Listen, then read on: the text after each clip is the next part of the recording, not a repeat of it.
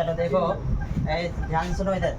आज हम लोग क्लास 10th का जो है ज्योग्राफी का एक महत्वपूर्ण चैप्टर देखने वाले हैं, जिसका नाम है खनिज संसाधन। क्या है? खनिज संसाधन। इसमें हम लोग देखेंगे कि खनिज आखिर होता क्या। देखो सिंपल सी भाषा में खनिज जो है पृथ्वी के भूप्रपट्टी में पाए जाने वाले धातुयुक्त पदार्थ को हम लोग क्या कहते हैं? खनिज कहते हैं। तो यहाँ ज्योग्राफी के अकॉर्डिंग देखो तो क्या कहा जा रहा है कि निश्चित अनुपात में रासायनिक एवं भौतिक विशिष्टताओं के साथ निर्मित प्राकृतिक पदार्थ को हम लोग क्या कहेंगे? खनिज कहेंगे। ठीक है।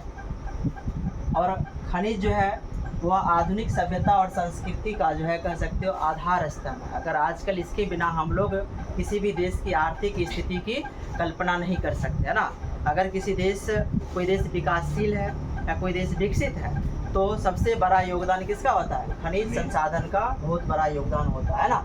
और खनिज संसाधनों से ही हम लोग आर्थिक लाभ कमा पाते हैं। क्या चीज़? आर्थिक लाभ कमा पाते हैं।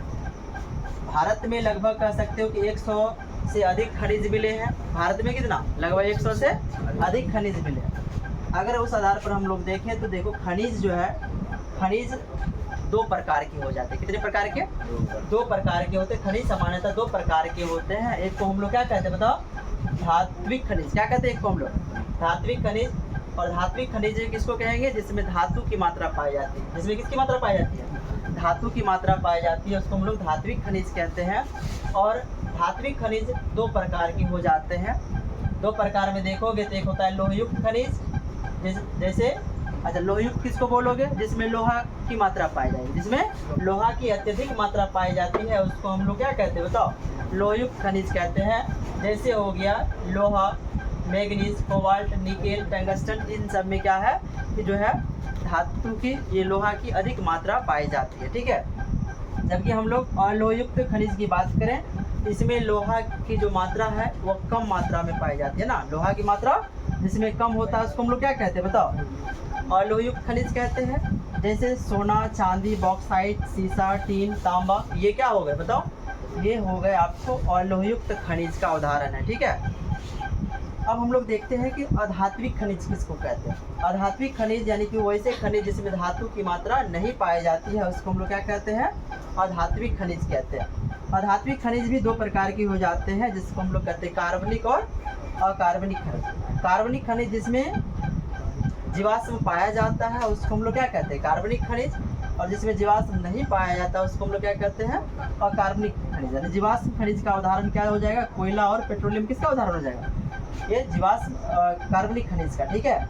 और अभ्रक और ग्रेफाइट ये किसका हो जाएगा? अकार्बनिक खनिज का उदाहरण हो जाएगा। ठीक है।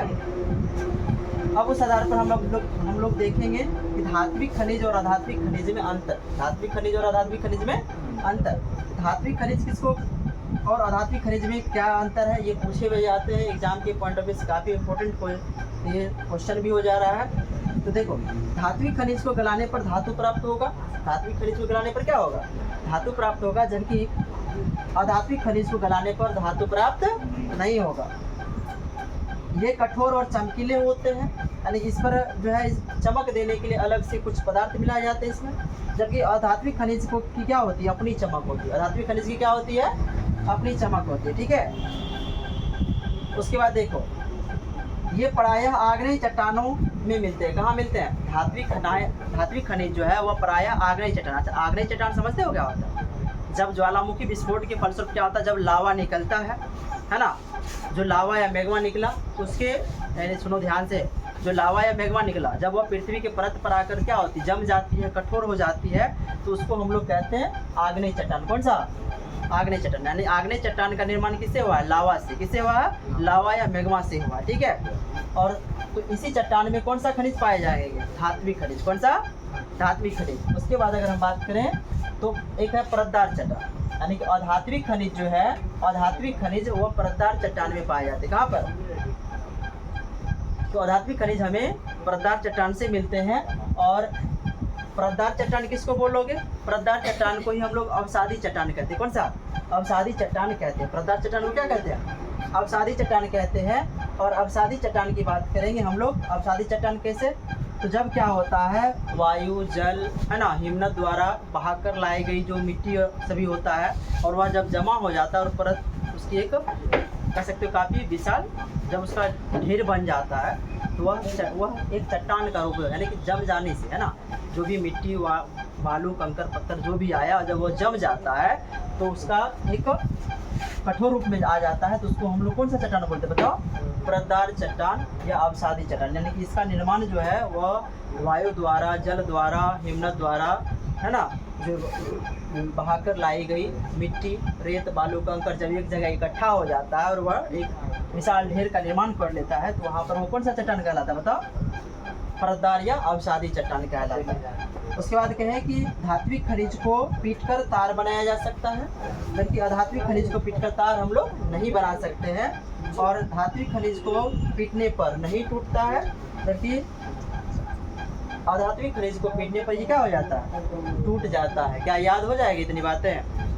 तो इसे काफ़ी एग्जाम के पॉइंट ऑफ व्यू से काफ़ी इंपॉर्टेंट क्वेश्चन है, इसे याद कर लोगे, ठीक है।